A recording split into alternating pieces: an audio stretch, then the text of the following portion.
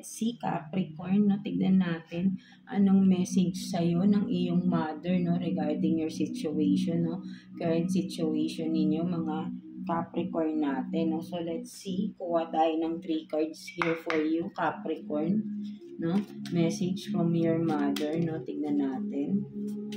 3 cards for Capricorn, please. Tignan natin.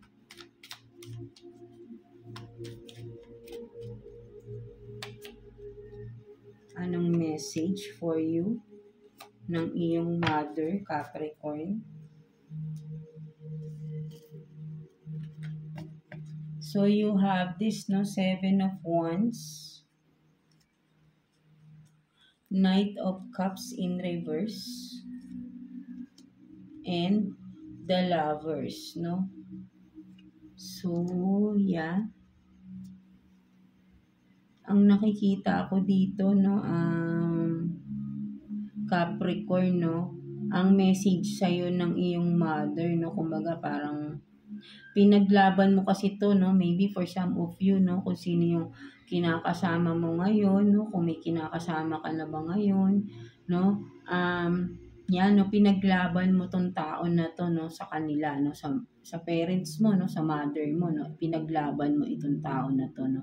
With the Knight of Cups in reverse, no, hindi nila talaga natanggap, no, hindi nila natanggap, maybe for some of you, baka nagtanan kayo, no, ng person mo, no, hindi nila natanggap yun, hindi matanggap ng mother mo yun, nagalit sila, no, something like that. Siguro maybe for some of you, bata pa kayo, no, kaya tumututol yung mother ninyo sa inyo, no, kumbaga parang, ayun nga, no, ikaw din mismo, baka nasaktan ka, no, Capricorn, because parang di ka din inano ng mother mo, no, so parang nakikita ng mother mo, nasasaktan ka din, no, nasaktan ka din, na parang yun nga, na siguro nawalan kayo ng communication, no, for some of you, kasi nga, umalis ka, no, ayun yung nakikita ko rito, no, parang nagtanan ka, no, o yan, no, malinaw, no, so, ang message sa inyo ng mother mo is, sana daw ay, parang nakikita ko dito na,